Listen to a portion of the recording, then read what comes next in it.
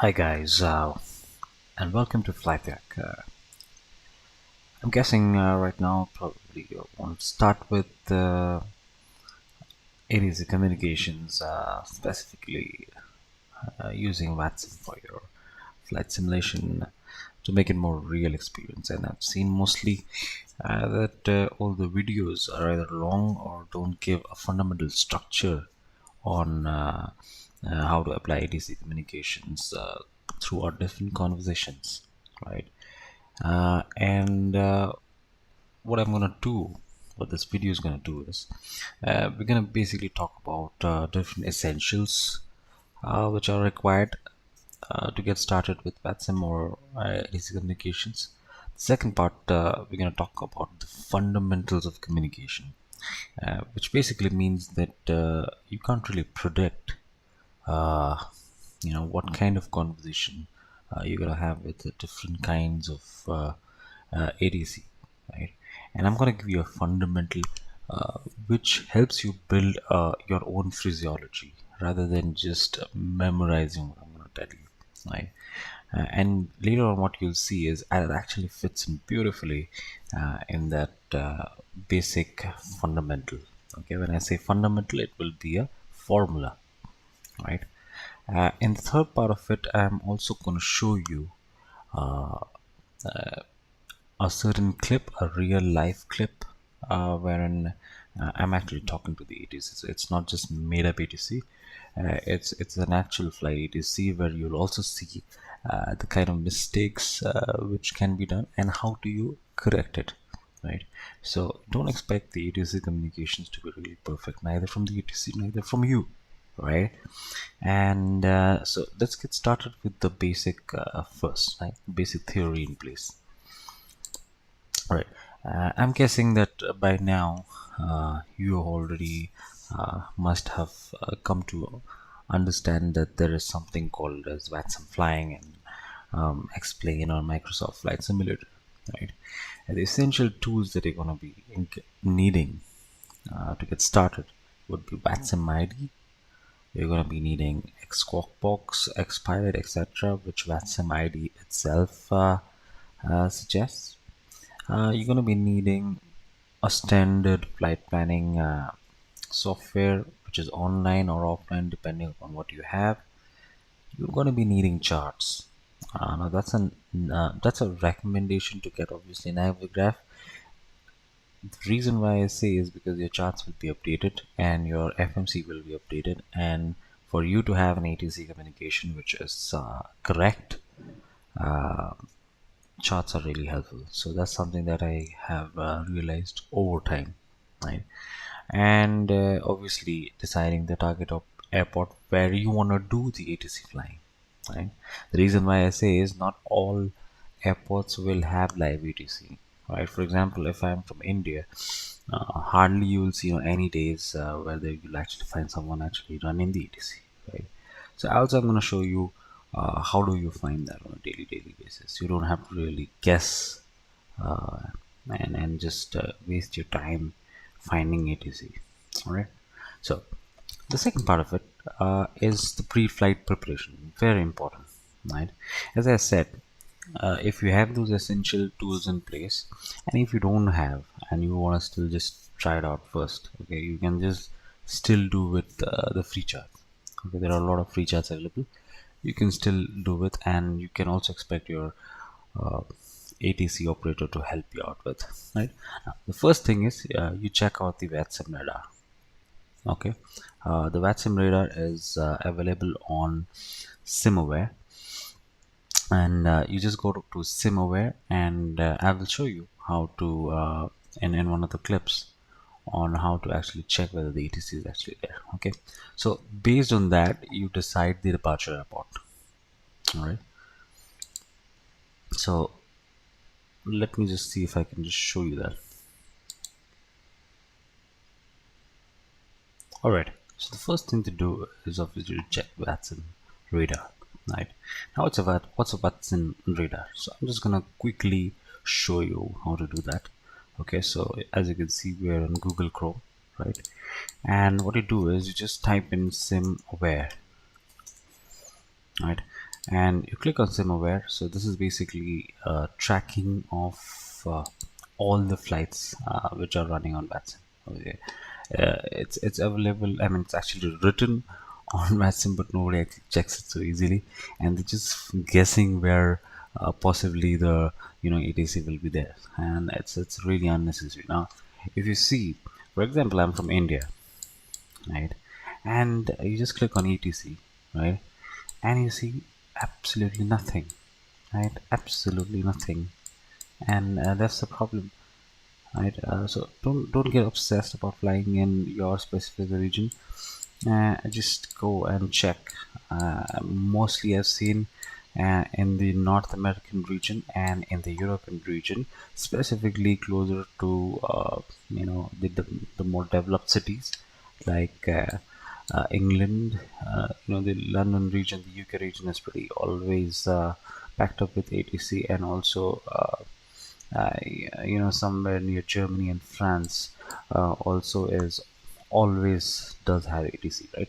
Now when I say ATC, it doesn't mean that if you want to practice well, just don't check the airport, just the airport. So for example, if you see here, you can see there's ATC available on Kuwait Center, right?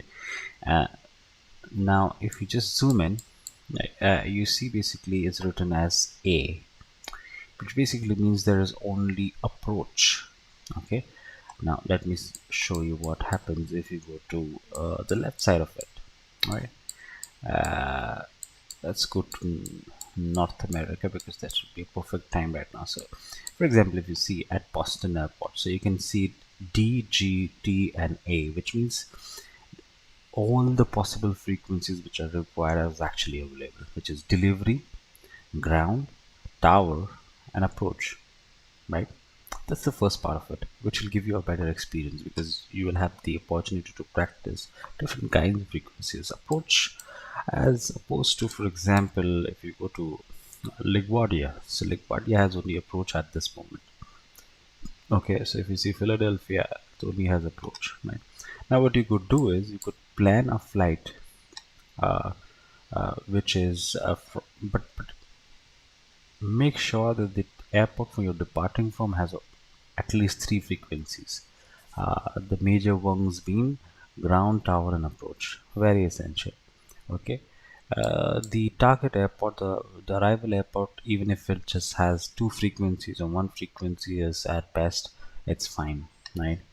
And when you click on ATC, right, uh, what you need to ensure is you have ATC across your flight, right, which basically means that it is connected. Now you can see here from Boston to Philadelphia, you will see this bigger box, right, which shows that there's ATC and radar coverage, right? So if you fly from Boston to, let's say, even Philadelphia, you would expect possibly Philadelphia will be an issue because uh, there you will miss out some bit of communication here, but still you can see here you should not lose on any kind of ATC services, right? As opposed to, for example, if you say that you want to go from Philadelphia to, let's say, this airport. Okay, I don't really know which airport this is, but still, let's guess. This just call this something, right? And from Philadelphia, if you go here, absolutely there's no ETC. So the Philadelphia last radio communication is going to tell you to just monitor Unicom, right? And Unicom basically means that you just are on a standard frequency where all the pilots are logged in, and that sucks, right? So it doesn't really help you in learning anything. So don't obsess over any specific airport. Wherever you have ATC, you try flying that. All right, and click and remember to click ATC. Right? So that's how you get started with finding where you want to fly. All right. Uh, okay. So let's come back to the presentation. All right. So you check where Vatsim beta decide based on this the departure arrival airport. You create a flight plan. Okay, I'm sure by now you already know how to create flight plans. Now the flight plan that you create, remember, has to be according to updated charts. All right. uh, and I'll just show you a problem which you can check. If in case you're using SimBrief, right, uh, most of the time what happens is, at least when you're beginning uh, to do Vatsim flying, is that your data doesn't match, right? And I used to just get frustrated because uh, I used to talk about a different standard instrument departure, and the operator used to talk about some other SID, right? Now, I'll just show you something which might give you uh, information, right? So what you do is you go to SimBrief in case you're using SimBrief. So this is just an example, and you click on account settings. Right? As soon as you click on account settings, you should come to available ARAC cycles, right? And in ARAC cycles, if you see, uh, you should not have 2013 unlocked and active. This is active for me because I've subscribed to Navigraph, and now what I see is most of my data, okay, when I talk to ATC is similar. So he has the same charts as I have, and it makes things pretty um, easy and happier, right? But that's a personal choice. I mean, if you could just start with, at the starting, I would not really recommend you to buy Navigraph straight away. Just do with the free charts, Google out, all right, and start with those. But later on, if you start enjoying flying on Vatsim, then just, you know, do the payment for Navigraph. I mean, I think it's really not that much. Okay, so you create a flight plan and you submit a flight plan on Vatsim dashboard.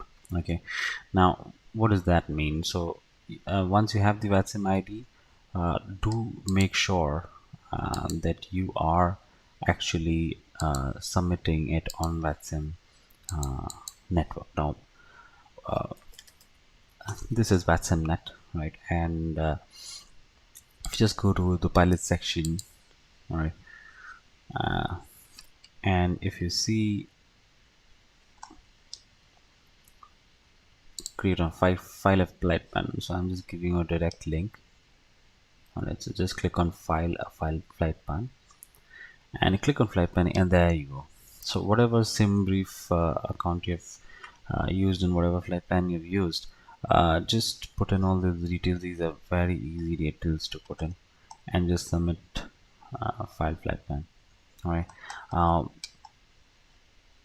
Vatsim does recommend you to do that. Okay, it can work without submitting on Vatsim also, but I would really not do that.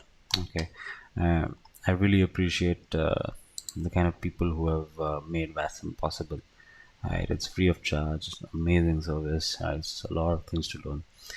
So, all right, now that's basically the basic pre-flight preparations to be done. All right, so that you don't waste time, don't get disappointed at the end. All right, let's go to the second part. Okay, now which this is where we come to communication stages. Okay, as I said at the beginning, I'm not gonna tell you communication from a very from the perspective of just memorizing the entire phraseology. I'm going to make it very simple for you to understand, and you can use your brains and logic to develop your own phraseology, and it will work all the time.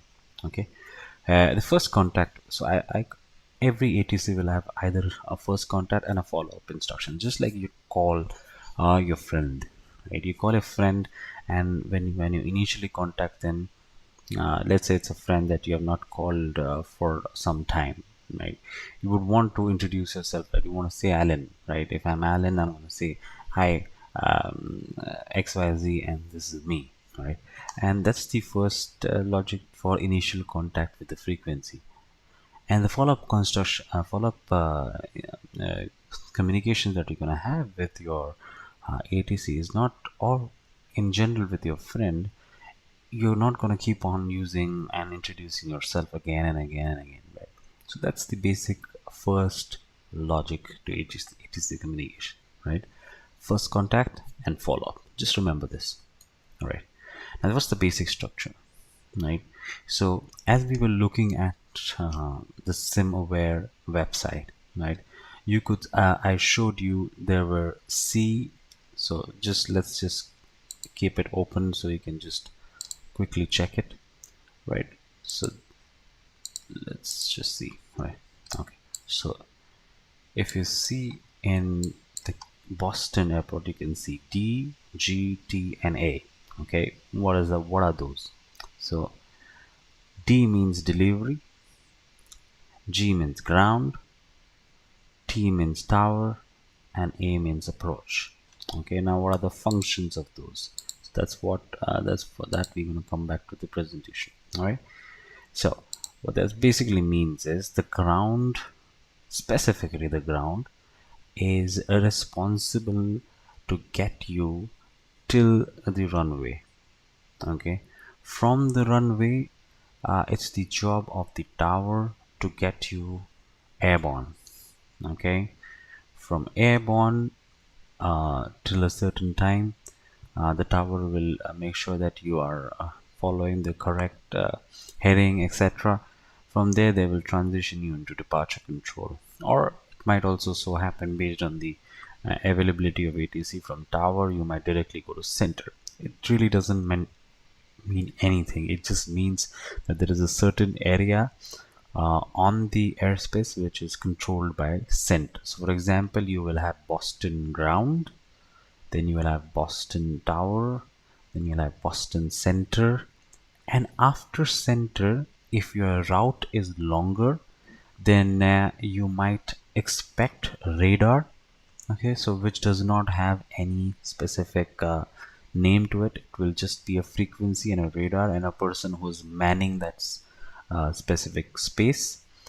And after that, as you come closer to your target airport, the arrival airport, you will again experience the same structure again. All right, so you will have possibly the target airport center. So for example, if you are going from Boston to LaGuardia, so you have ground, Boston tower, Boston center, then you have again, let's say LaGuardia center, that is my arrival airport, LaGuardia approach, LaGuardia tower, and LaGuardia ground.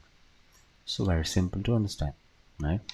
And this is essential to understand because it tells you what these people will be doing, and it also helps you in identifying the frequencies, right? uh, whom to talk to what, and it will not come as a surprise for you that okay, what the hell is this, right? So let's move on. Now what are the frequency types? As I said, ground or clearance. Now you might see, for example, right now we just saw an KBOS is that there was ground and clearance both available, which is fantastic because if you have ground and clearance both available, which means basically you can contact the clearance frequencies for clearing your flight plan. Okay, uh, and in reality, in a specific airport, if the airport is bigger, you actually just speak to the clearance for clearing your flight plan, and the remaining activity of getting you started and all the way to your departure, um, uh, let's say the runway or the arrival to the stands, is done by the ground frequency, right? The tower is once the ground or the clearance guy, or the ground frequency has got you till, let's say, just holding short of a specific runway, the tower will give you the approval to use the runway and go airborne. All right. uh, Once the tower is done, that means you're airborne. The tower will most likely either transition you into a departure frequency, which basically means guiding instructions till you are out from their airspace, which is basically the standing instrument departure. That's why you have departure, arrival, uh, procedures, right? So once you're out of the frequencies, then the departure will transition you into radar, as we just discussed in our previous slides. All right. Okay, now comes the phraseology. Okay, now this is the fundamental. Okay, just like we said, we're talking about the first contact. All right, when we're talking about the first contact, you just remember the three W's. Very simple to understand. Okay, the first W is who are you talking to? Okay, the ATC name. So for example, if you were flying from Boston to LaGuardia and you have the ground frequency in Boston, you are talking to Boston ground. Okay, so who you're talking to? Boston ground. Who are you?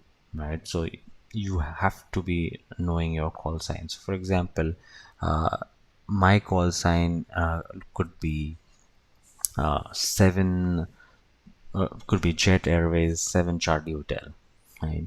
So Jet Airways 7CH is my call sign. You should know your call sign, and do make a call sign which you yourself recognize. Okay, don't make a call sign which when the ATC is calling you, it's very difficult for you to understand. I mean, it should catch your attention.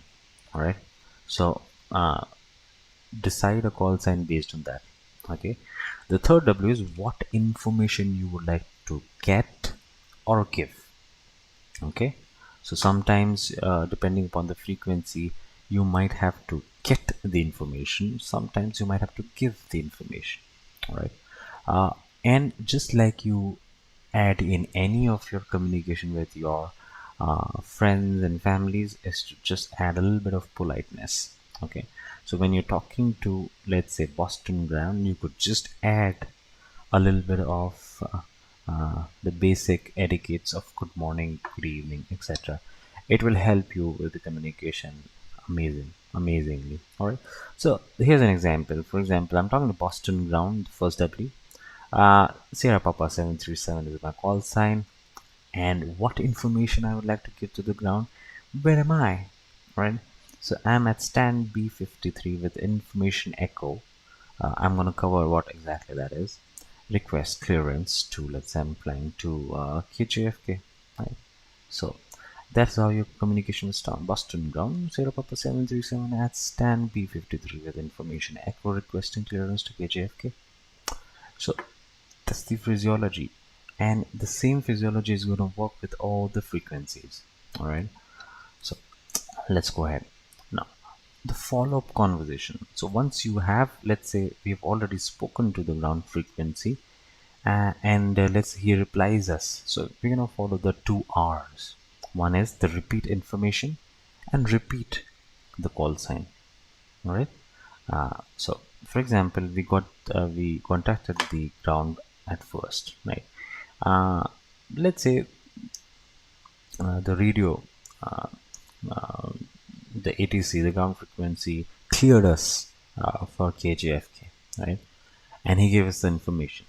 So I'm going to just repeat that information. Very essential to repeat the information properly to the ATC, right? So I'm going to say this is my communication is cleared for KJFK via PATS 5 departure via GHLK, climb and maintain 7000, expect flight level 210.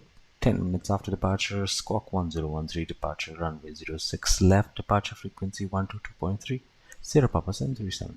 So that's your follow-up conversation, and that's where it ends. All right.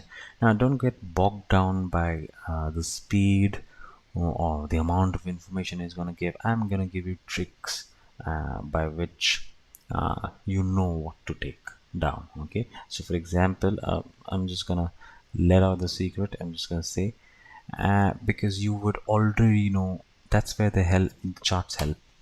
If you already have the charts, you know it's the PATS 5 departure, so you don't really have to write that down. So when you take a notebook and write it down, what you do is you don't write this down because you already know PATS 5 departure, right? Unless something is different. So for example, climb and maintain 7000 is something that's obviously not written in your charts, right? So I'm going to write that. or he might get you the fly heading 050. So that's something new. So I just write 050 7000, and he has written that you can expect your cruising altitudes of flight level 21,000 10 minutes after there. So I just write FL 21 10 minutes. Very important is the squawk. So squawk, I just write 10, whatever he gives me, 1013. Departure runway, I would already be knowing because I would have heard the ATIS, right? And departure frequency, again, you could still write it 122.3. Very difficult, very easy to recognize the frequency, right? So you don't really have to memorize this data. In fact, you should know what data to pick up when hearing the ATC. You don't have to uh, memorize whatever he's saying and just repeat it like a parrot, right?